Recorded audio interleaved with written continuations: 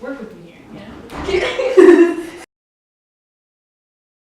I think Mashpee tribe gave them. Oh, we should do names. Hi guys. So we just thought of questions that we're going to talk about in regards to our experiences on the East Coast and as Pacific Islanders and what that has been like. This is Brown Table Talk with Kalo, Daley, and Elaona, Lemoto. Okay, so do you want to grab the first question? Yes. That we gathered from Poly Twitter.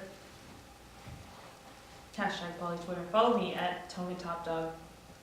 This is not a time for plugs. Let's get. Okay. So we've relocated. Relocated. Because we were really awkward in front of those people. Yeah. Didn't want to talk. 'Cause, like. Anyways. So welcome back to our channel. Welcome back to our channel. Please make sure to like and subscribe. Leave a comment down below what you liked, what you didn't like. And a subscription means an A. Anyway, so our next question. What was it like developing a community here? So not necessarily like a Pasifika community, but you and your friends and your support system on this coast or in New England. For me, like all of my friends are pretty intentional about what they do. And at the same time are supportive of what I do, and I'm also supportive of what they do. And so it's more of like I found some really good allyship and through friends.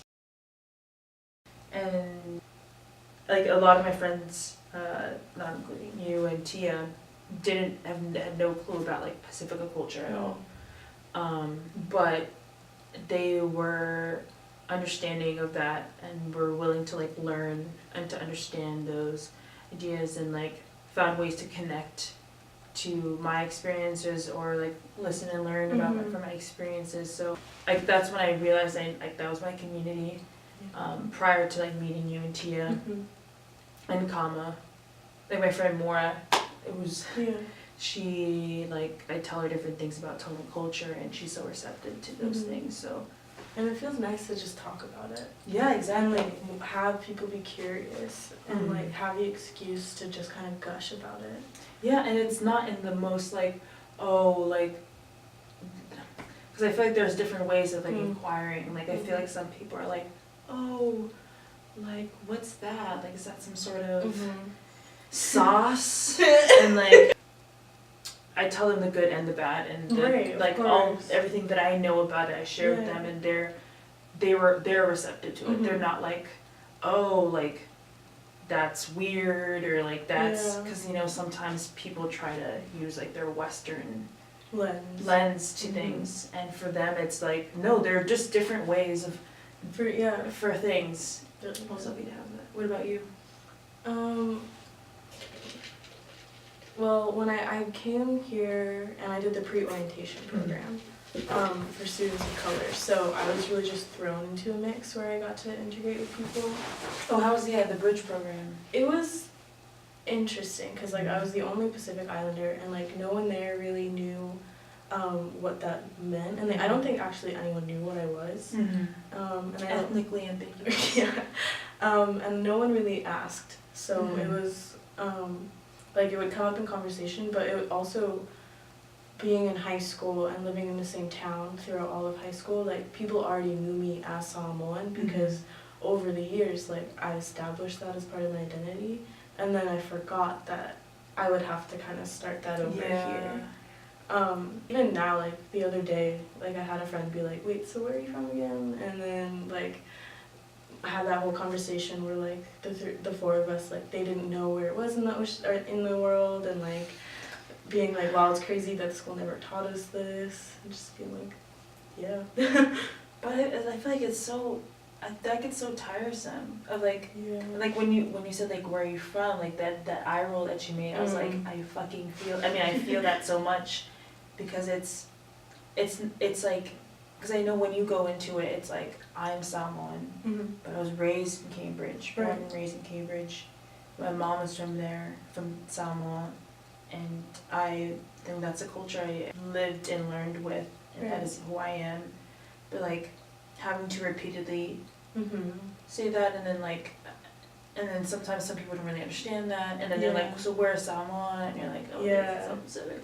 Over the years, I really had to consolidate the breakdown of how I would explain it. I would say like, yep, my mom's from Samoa. It's a small island in the South Pacific. If you know where New Zealand is, it's a little bit north of that. That's always like that. Yeah, people always know where like Australia and New Zealand is, and then you kind of have to be like, it's like, you know, over there. It's these groupings. And at some points, I was just so tired. I just said like, no, I'm just Hawaiian. Oh my god. I'm so Really? dead ass. I would be like, because it'd be like throughout middle school, throughout high school, people like, what are like, where are you from? Like, I'm from like down the street. Yeah. And they're like, no, but where are you really from? And I'm like, Hawaii. I'm from Hawaii because fuck it, you know. That was the only thing that has ever really been an issue, is like that unknowingness and that unfamiliarity, but people just kind of being like, oh, that's really cool. These things get shared over time, you know. Like, I think a misconception about in academia in general about like understanding other cultures is like study intensively, but like these things come out with trust and building of relationships. And like with Faye, for example, like throughout the months that I've known her, like I just slowly tell her more and more about like random things I grew up with or that kind of thing. I'm more of like a slow release process. No, yeah. I think that the slow release, I like that. Oh yeah, pull another question. Okay, question from the audience. This question is looking at rugby. Just American rugby in general, I would say, is not cute. And then when we get down to the Middlesex League, less cute. So, like hyper masculine white men who are pushing themselves into the sport, and this is reflected in like the World Cup and everything happening with the league, and more white men coming in and profiting and capitalizing on this sport. And then on the ground level, it's like in lower local communities, it's like still prevalent. The whole community was like aware of like islanders being like really good at rugby, but not really knowing the honor behind rugby in the islands. Well, the reason I wrote is because rugby is something I do associate with Pacific Islanders, just because I've only seen Pacific Islanders play the sport. I wasn't, like, I knew of rugby, like my brothers played rugby. Like, it came here that I saw that like there's a lot more people who are interested in rugby that aren't Pacific Islanders. And that still baffles me. I'm kind of like, what? But like, why though? Yeah, why though? Like hearing about the most recent news, they trying to consolidate. It's just like, it's interesting. Yeah, 'cause it's one of those difficult things of like part of your culture being colonized, or not colonized, but like kind of appropriated, but like not, this thing is hard to appropriate. I think, yeah, that one's hard to navigate. Rugby is hard to navigate. Whack. You heard it here, folks. Whack. Do you have any more questions? No. Think of another. Wait, we should have a concluding question. Okay. A concluding question, I think, is looking forward. Yeah, what are our goals? Do you plan on staying in New England? Being both, having your identity, understanding the lack of Pacifica folks. Will you continue to live out what your mom has been doing and staying here, or do you plan on traveling and leaving and finding her? I mean, at this point, I'm ready to get out of here. Like, it has been 18 years too long, and I finally have more opportunities to pursue, like, building relationships on the West Coast, and I want to take advantage of it as much as possible. But I do struggle with how I'll maintain my identity, or my relationship with this New England, especially because my father's from here and like his family's from here. My mom and my brother both have really deep roots in Cambridge already. And if anything, like I'm the one with the least amount of investment in this part of the world. So I think it'll always be there. My parents want me to stay on the East Coast, Really? and I'm like, huh. I don't know, there's like this like fascination because there's a bunch of the Ivy Leagues here, and as to how I view like my future, I am very interested in because there's just so many things going on in the world. Yeah. Seeing how like education, and particularly from like economics and data science lens, can give back to the islands in the way that it can. Mm-hmm.